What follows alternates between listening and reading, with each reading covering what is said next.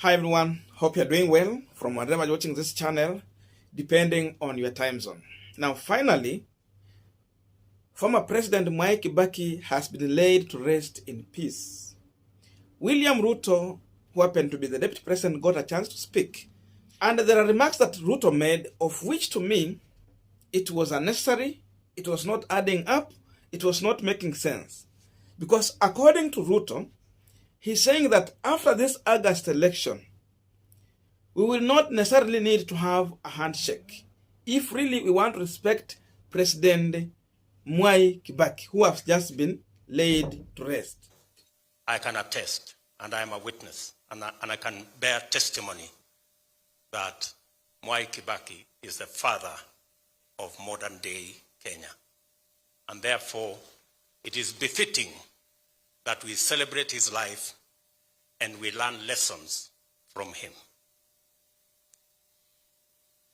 And I think a befitting send-off to all of us as we celebrate the third president of Kenya is for us to go into this election and make sure that election will be peaceful and that it won't be necessary for us to have a handshake, that the election will be peaceful.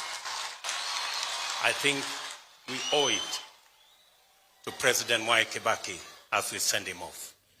Now, the truth is that Kibaki was the best president when it came to managing the economy. And the other truth is that Kibaki was the worst president when it came to managing the politics. Because in as much you would manage to have the best economy in the country, as long as you not manage the issue of politics, then that economy can be reduced to a nothing in a blink of an eye. That is where Kibaki failed.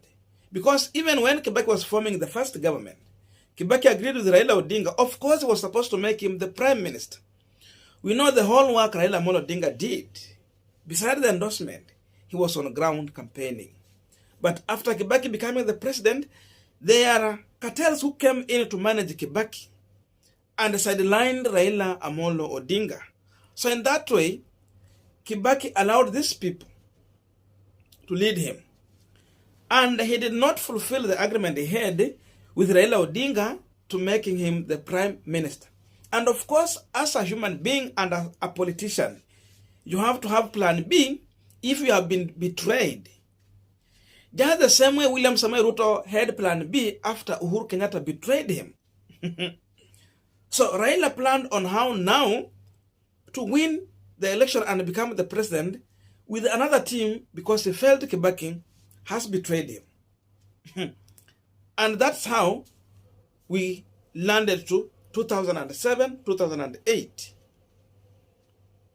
Because Kibaki failed to manage the politics, Raila Odinga was the best when it came to managing the politics. So he had the people on his side. He won the election. But now, the country faced the post-election violence because Kibaki did not agree to the results. Rigging happened. And the only thing that had to calm the country was to go into a handshake. Share the government. So that is Kibaki for you. And Ruto coming out to say that for respect to Kibaki, we have to avoid going to the handshake. Yet we know it is only handshake that brought peace and tranquility in this country. Another thing to tell William Ruto is that in as much there can be a clear win where no rigging has happened, still the country should go through a handshake. Let the person who has been defeated to accept and shake the hand with the person who have won election. If William Ruto is going to win, then let Raila shake his hand and allow his supporters to accept the result. If it is Raila Odinga who is going to win, then William Ruto should accept by shaking hand with Raila Odinga and allow his supporters to accept the result. Because, of course, in this election and any other election that we have gone through, normally the difference between the winner and the loser is just 500,000 or 1 million votes. So that means almost a half of the country has been supporting the opponent. So the need for a handshake should not be avoided and should not be discredited. Because even if you remember, when Uhuru Kenyatta, William Ruto had the problem with Raila Odinga and his team, when Miguna was kicked out, Jimmy Wanjigi house was demolished when they were looking for Jimmy Wanjigi. And Jimmy Wanjigi came out openly to confess to Kenyans how Uhuru Kenyatta's government in 2013 was formed in his house through a handshake between Uhuru and Raila Odinga. That means after the election, these two met just to have a handshake, and the government was formed. So that means whether it's in public or private, there is need to have that acceptance. So in as much Raila felt that the Supreme Court ruled against him, he still believed that he won that election, but again he agreed to shake hand with Uhuru Kenyatta and allow him to rule. So you see, even in silence, there was a handshake. Listen to Jimmy Wanjigi shortly. This is a home I would like to tell you we struggled to build, but this is a home I want to also tell you that this current regime of Uhuru Kenyatta, this is a home they know. It's a home they have visited. It is a home they've eaten with. They've eaten with my family here in this home many, many times. They have. In fact, their government was formed in this home. In this home. These are the facts. These are the facts. Okay. And I'm going to be very clear here. Right? I also want to say further that after the last general election in 2013, it is this home that Baba here agreed to come to shake hands with Uhuru Kenyatta after the Supreme Court had upheld his declaration. It is this home on Easter Monday that Baba agreed to come. And I remember praying extensively that day because I said, I am such a blessed man in this home and my family to have 10 million plus Kenyans in my home. I felt very blessed. It is here that a peace direction was accepted and a progress forward to Uhuru's own acceptance of leadership in 2013. So the truth is that even in 2002, when Mwai Kibaki won the election against President Uhuru Kenyatta, Uhuru had a handshake with Kibaki.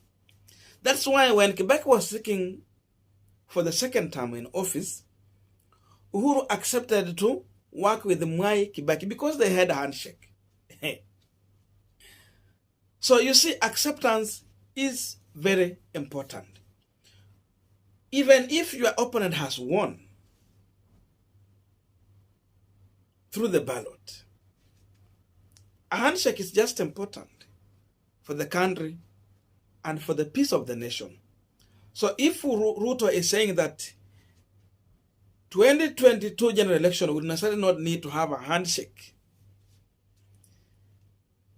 that means he will not be ready to accept the results.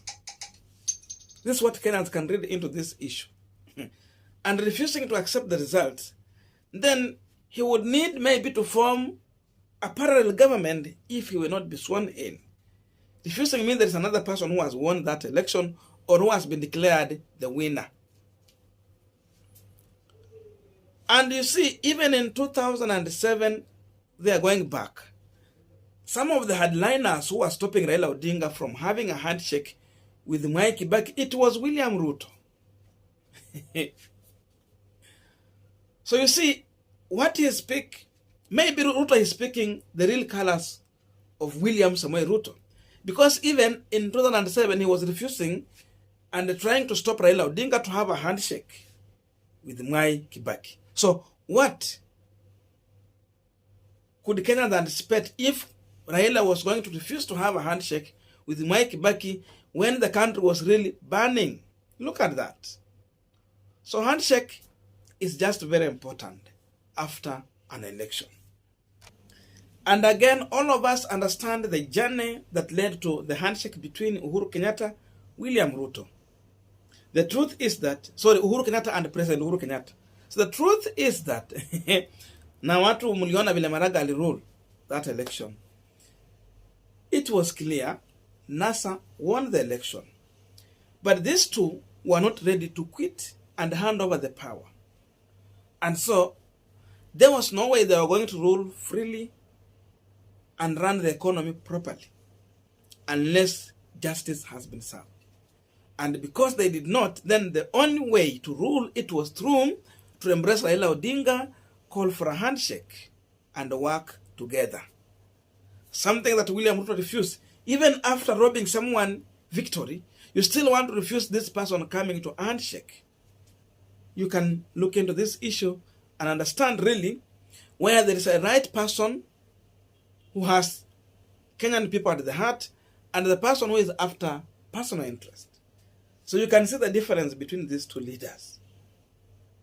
So we understand the journey of this handshake, where it came from. And if Ruto, if he's confessing the truth, then he should be telling Kenyan that because we robbed Raila Odinga in 2017, this time round, let us not rob him again.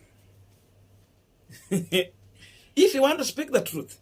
Because what they did in 2017 is exactly what Mwai Kibaki did in 2007, 10 years later. That was a repetition. But this time round, Raila decided to use another means to calm his supporters, to avoid burning the country the way it happened, to avoid the kind of violence was happening in 2007. Instead, Raila focused on resist. And which, in my view, it was working.